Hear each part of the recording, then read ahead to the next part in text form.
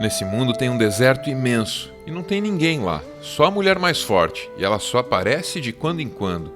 Também tem uma floresta onde você poderia se perder com muita facilidade sem nunca encontrar ninguém, só a mulher mais corajosa e talvez, porque ela nem sempre está por lá. Nesse mundo também tem a maior montanha que você já viu, ela ultrapassa os limites da atmosfera e é tão solitária quanto o deserto e a floresta. Nessa montanha, você só encontraria a mulher mais sábia.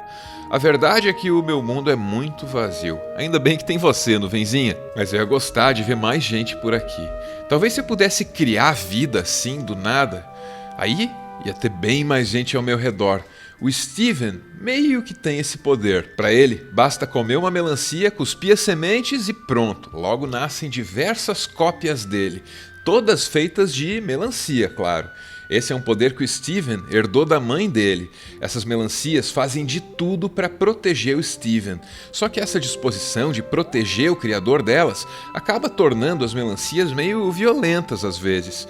Quando as melancias começaram a tocar o terror na cidade do Steven, as Crystal Gems precisaram agir. Não foi exatamente uma batalha bonita, mas aí também acho que nenhuma batalha é bonita. No fim, tudo se resolveu graças a uma das melancias. Ela atacou o Steven e assim ela acabou virando o alvo de todas as outras melancias que queriam proteger o Steven. Tadinha dessa melancia. Ela tinha uma boa intenção e sacrificou a própria vida em nome dessa intenção aí. O Steven ficou meio chocado com isso. Look at what you've done! You think I wanted this? You should all be ashamed! He knew this is what it would take to calm your rage. Go! Think about what you've done! And don't come back until you understand what he did for me. Nesse ponto eu achei que nunca mais ia ver essas melancias de novo, só que eu estava enganado. Muitos episódios depois, a gente descobre que elas foram parar numa ilha e formaram uma comunidade por lá. E essas melancias parecem ter aprendido alguma coisa com aquele sacrifício do passado. Aquele sacrifício parece ser cultuado nessa comunidade. As melancias parecem ter aprendido mesmo que o Steven queria que elas aprendessem. E desse aprendizado nasceu uma espécie de culto ou até religião.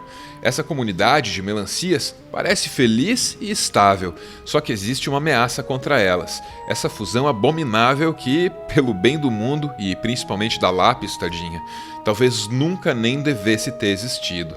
Diante dessa ameaça, as melancias decidem lutar lado a lado com as Crystal Gems. Elas fazem essa pintura de guerra no rosto, se armam com lanças e escudos e vão para a batalha. Mais uma vez, a batalha não é bonita, e acho que nenhuma batalha é, mas pelo menos elas vencem. Nesse ponto, parecia já estar tudo bem mais uma vez, e eu achei que nunca mais fosse ver essas melancias. Engano meu, de novo. Porque muito depois elas aparecem mais uma vez em mais um episódio. E agora a comunidade das melancias está dividida em duas facções. Existem as melancias com uma estrela no peito, e elas parecem cultuar o Steven e aquele sacrifício que uma das melancias fez no passado, quando elas estavam aterrorizando Beach City. Também existem essas melancias com a pintura de guerra no rosto. Elas parecem cultuar o sucesso naquela batalha contra a Malakita. Esses dois cultos, que geram duas facções, parecem estar permanentemente em conflito. E esse conflito só acabou quando o Steven visitou as melancias pela última vez. A história de como ele chegou aqui é meio esquisita e é emocionante também. O Steven estava perdido num lugar distante, preso e sem muita esperança. Então ele tirou uma soneca e acordou dentro de uma dessas melancias. O objetivo dele aqui era construir uma pequena embarcação para chegar em Beach City e avisar que estava numa pior em um planeta distante. Para conseguir realizar tudo isso, ele precisou fazer as duas facções de melancias se entenderem. E ele conseguiu porque ele é o Steven, e o Steven, você sabe, ele é da paz. No fim, ele chega em Beach City, ele passa o recado para o pai dele, para Bismuto, e cai, talvez exausto, talvez morto. Tudo bem porque no segundo seguinte ele acorda, dessa vez no próprio corpo, mas ainda numa pior. Esse é um dos meus episódios preferidos de Steven Universe. Só que tem uma coisa que eu não entendo. Todas essas melancias foram criadas a partir do Steven, que tem empatia, que é da paz e que consegue resolver a maioria das tretas driblando os conflitos. Por que é que essas melancias, mesmo tendo sido criadas à imagem e semelhança do Steven, que é tão pacífico, foram entrar em um conflito umas contra as outras?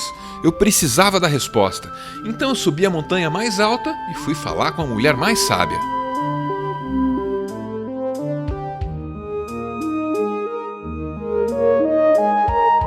As melancias do Steven nasceram tão boas quanto o Steven. No início, tudo o que elas queriam era protegê-lo. Mas quando elas se organizaram em sociedade, as divergências começaram a surgir. Algumas cultuavam aquele sacrifício feito em Beach City. Outras cultuavam a vitória contra Malakita. Individualmente, cada uma dessas melancias carrega as virtudes do Steven. Mas quando elas formam um coletivo, aí as divergências se sobressaem e impedem as virtudes de se manifestar. Peraí, então quer dizer que as melancias nascem boas e aí a sociedade corrompe elas, é isso? Ninguém é realmente mal. Não sei, mulher mais sábia, você já deve ter ouvido falar naquele cara do bigodinho esquisito. Ele era mau. Eu não tô falando da realidade, eu tô falando da ficção do Steven Universe. A própria criadora do desenho declarou: essa é uma fantasia em que ninguém é verdadeiramente mal. Não sei se isso se aplica à realidade, mas certamente se aplica à minha fantasia. Frase da própria Rebecca Sugar. Faz sentido que seja assim na ficção, mas ninguém jamais seria louco o suficiente de dizer que é assim na realidade. É aí que você se engana. Jean-Jacques Rousseau foi um dos filósofos mais celebrados do século XVIII. E a principal ideia dele era essa aí mesmo. O estado de natureza é inerentemente bom e a sociedade corrompe. Estado de natureza? Estado de natureza, ou estado natural, é o estado anterior à constituição de uma sociedade. Correntes filosóficas diferentes têm visões diferentes do estado de natureza, mas para Rousseau, o estado de natureza representa o equilíbrio perfeito entre o que se deseja e o que se possui. Segundo ele, vivendo no estado de natureza, nós vivemos em paz, porque não há nenhuma razão para entrar em conflito. Mas a partir do momento que nos organizamos em sociedade, aí os problemas começam a surgir. Acho que esse cara aqui pode te ajudar a entender. All right, so nature good, society corrupts. And he said, well, a child does not know vice and doesn't know error.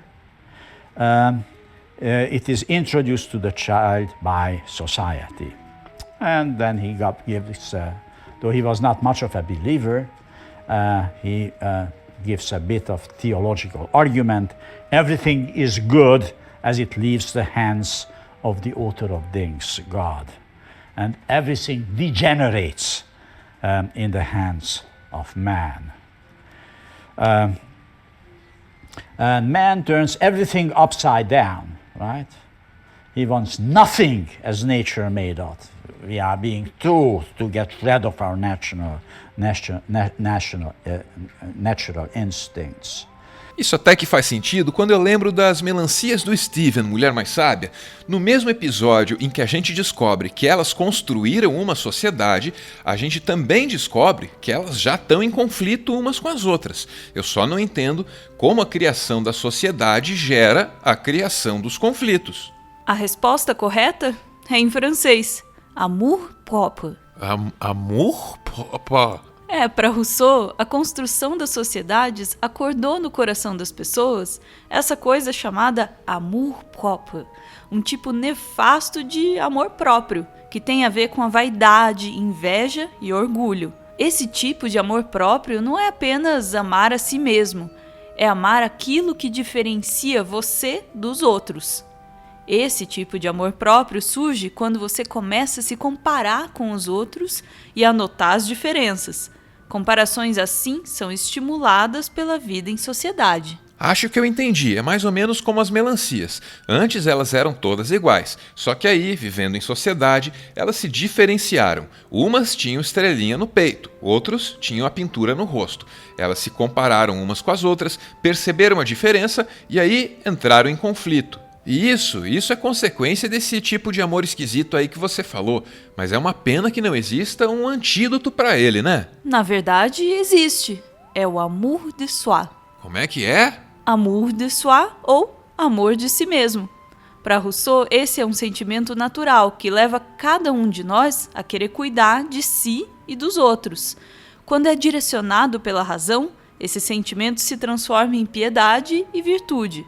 Mais uma vez, esse cara pode te ajudar. That's amour de soi. It is not the human heart to put ourselves in the place of people who are happier than we, but only of those who are more pitiable. It's ironic, but as far as I can tell, home run. This is a home run, right? Think just very honestly about yourself. When you know somebody was more successful with you, you can't, very hard to love that person, right? If somebody is less successful than you feel pity for them, suddenly your heart warms up. Suddenly you feel responsible, right? Acho que eu entendi tudo, mulher mais sábia. Então o mundo precisa de menos amor pobre e de mais amor de suar.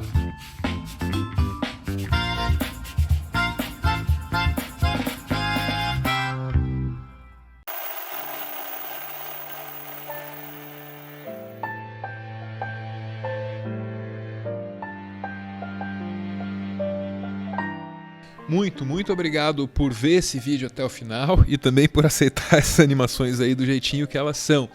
Tudo isso que você está vendo aí são fanarts que o pessoal tem mandado pra gente, principalmente pelo Instagram. Nosso usuário lá é o @meteorobrasil. A gente fica muito feliz com cada uma dessas criações. Aquece o coração da gente, então muito obrigado mesmo. Como você sabe, o Meteoro é mantido graças a uma campanha de financiamento coletivo. Quem participa aparece aqui no finalzinho para receber o nosso agradecimento. Hoje é a Kawaii, a cadelinha da Orvalina, nossa companheira aí que tem nos incentivado muito a continuar com a série animada. Muito obrigado, gente. Com sorte e esforço, semana que vem tem mais.